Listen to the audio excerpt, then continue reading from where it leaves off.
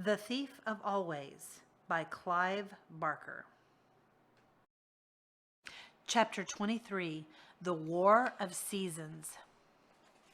Hood didn't waste any time. He'd no sooner made his final offer to Harvey than the balmy wind grew gusty, carrying off the lamb's wool clouds that had been drifting through the summer sky. In their place came a juggernaut, a thunderhead the size of a mountain, which loomed over the house like a shadow thrown against heaven. It had more than lightning at its dark heart. It had the light rains that came at early morning to coax forth the seeds of another spring.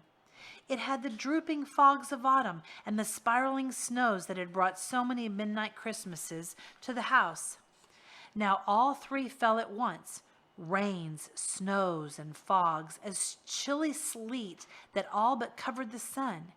It would have killed the flowers on the slope with cold had the wind not reached them first, tearing through the blossoms with such vehemence that every petal and leaf was snatched up into the air. Standing between this fragrant tide and the plummeting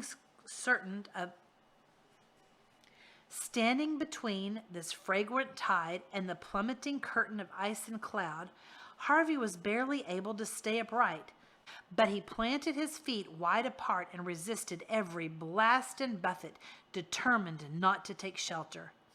This spectacle might be the last he set eyes on his free spirit, indeed as a living spirit, and he intended to enjoy it. It was a sight to behold, a battle the likes of which the planet had never seen.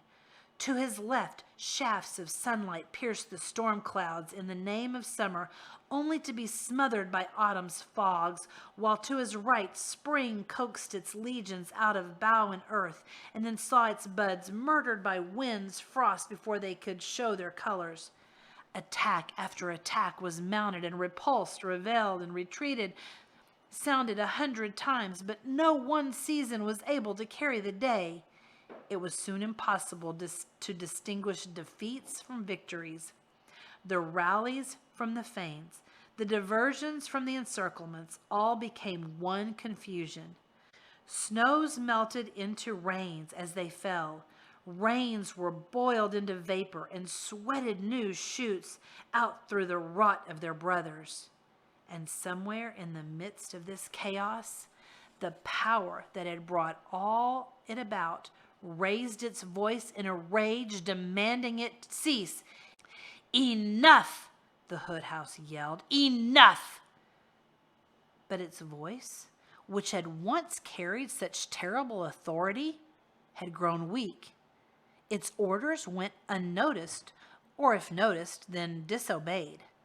The seasons raged on, throwing themselves against each other with rare abandon, and in passing, tearing at the house which stood in the midst of their battlement.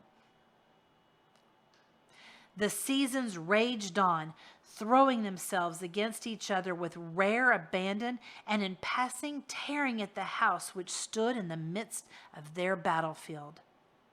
The walls, which had begun to teeter as Hood's power diminished, were thrown over by the raging wind. The chimneys were racked by thunder and toppled.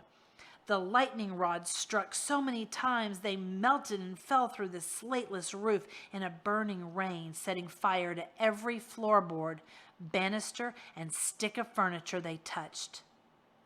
The porch, plummeted by hail, was reduced to matchwood.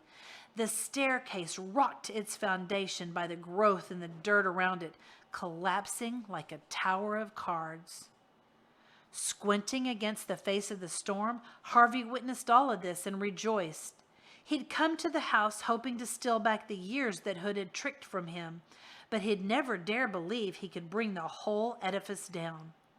Yet here it was, falling as he watched.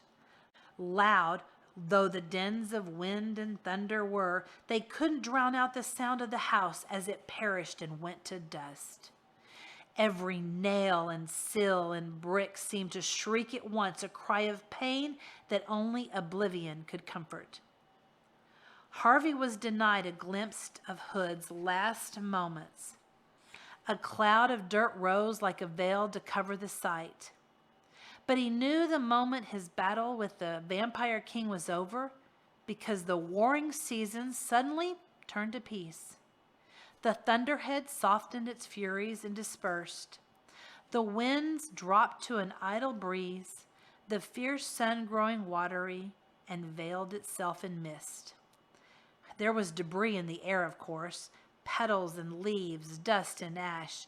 They fell like a dream rain, though their fall marked the end of a dream. "Oh, child," said Mrs. Griffin. Harvey turned to her. She was standing just a few yards from him, gazing up at the sky.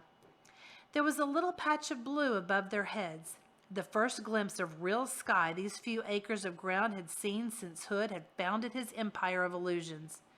But it was not the patch she was watching. It was the congregation of floating lights, the same that Harvey had seen Hood feeding upon in the attic, which had been freed by the collapse of the house. They were now moving in a steady stream toward the lake. "The children's souls," she said, her voice growing thinner as she spoke the word. "Beautiful." Her body was no longer solid. Harvey saw she was fading away in front of him. "Oh, no," he murmured. She took her eyes off the sky and stared down at her arms, the cat she was carrying in them.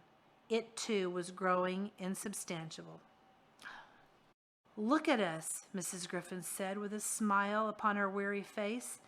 "It feels so wonderful." "But you're disappearing." "I've lingered here far too long, sweet boy," she said.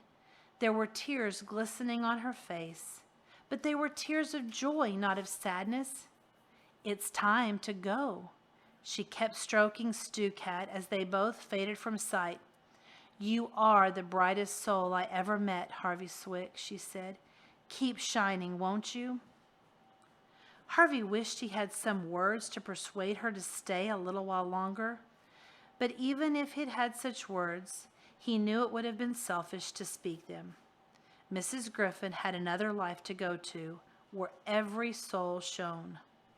"Goodbye, child," she said. "Wherever I go, I will speak of you with love." Then her ghostly form flickered out, leaving Harvey alone in ruins.